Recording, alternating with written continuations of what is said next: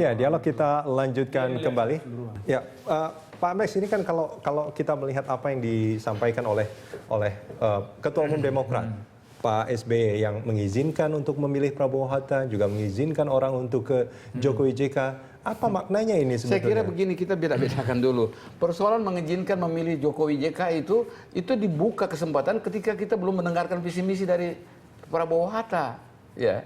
Jadi contohnya Pak Swedi Marasa Besi, Pak TB Silalahi, itu mengambil keputusan itu sebelum adanya presentasi visi misi dari Pak Prabowo dan Hatta. Sehingga pada waktu itu kita masih berpijak bahwa masing-masing jangan sampai golput. Tetapi ketika Rapimnas terjadi polling, 22% memilih Prabowo Hatta, 0% memilih Jokowi, dan 56% memilih untuk netral, 22% lagi membuat poros sendiri dengan Golkar. Itu kemudian kita serahkan kepada Majelis Tinggi. Ini harus ditelaah sedemikian rupa untuk melihat sejauh mana kita harus berkiprah. Kebetulan tanggal 1 Juni kita mendengarkan visi misi dari Prabowo Hatta. Tapi belum mendengarkan dari visi misi Jokowi JK. Karena tidak diizinkan, tidak mau. Siapa yang tidak mengizinkan? Ya kenapa malah disebutkan bahwa silakan aja baca di internet. Ya, saya potong sedikit. Saya kira memang agak lucu. Demokrat kan harusnya mengambil sikap yang betul-betul memperlihatkan integritasnya. Dia tidak boleh berpihak pada kelompok hanya karena memikirkan setelah pemilu seperti apa. Harusnya Demokrat konsisten bahwa setelah berkuasa ini dia ada di luar kekuasaan. Nah, saya justru melihat bahwa sebagian orang Demokrat melihat peluang besar itu ada pada Jokowi, sehingga semua berebutan ke sana. Sebagian lagi, besar?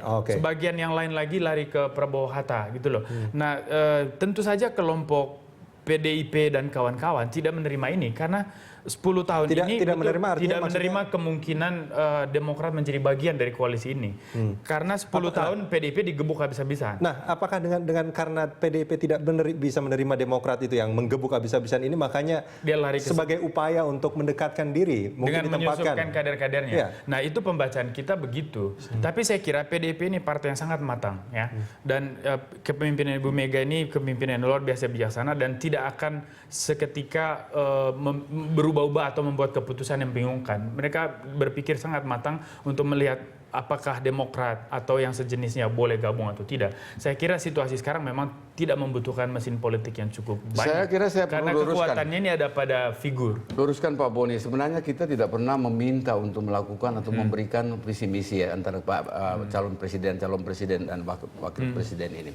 Saya ingat benar tanggal 19 Mei itu SBY bertemu dengan Pak Prabowo. Disitulah Pak Prabowo yang menginginkan untuk menyampaikan visi misi di depan Demokrat. Nah, kami juga mengapply itu untuk teman-teman, untuk dari tim suksesnya, supaya Jokowi juga, ya kalau bisa kita. Tetapi ya tidak mendapat respons. Akibatnya tanggal 1 Juni Pak Prabowo menyampaikan visi misinya. Jadi perbedaannya adalah bukan kami memaksakan, bukan kami meminta untuk menyampaikan ke depan kami, tetapi ini adalah keinginan dari mereka untuk menyampaikan kepada kita, gitu kan ya. Jadi dengan kata lain bahwa kalau nantinya mereka ingin membuktikan kepada Demokrat bahwa visi misinya sama, itu menjadi sebuah tolok ukur keberhasilan bagaimana Demokrat ikut serta. Saya masih ingat waktu itu Bapak Presiden meminta supaya kedua kandidat menghadap dan menjelaskan visi misi.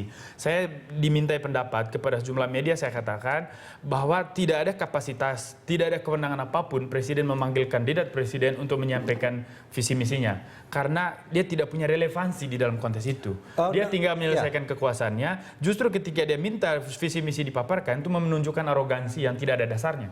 Jadi saya kira kalau PDIP menolak kemungkinan penyampaian visi misi itu sudah tepat. Ya, saya kira kita tidak seharusnya juga Demokrat tidak perlu melakukan manuver-manuver yang kelihatan genit, tapi justru lebih elegan kalau Demokrat diam ya setelah cuma memperoleh 10%, selesaikan pemerintahan ini dengan baik. 10% itu urutan ketiga ya? Ya, tetapi intinya selesaikan pemerintahan ini dengan baik ya.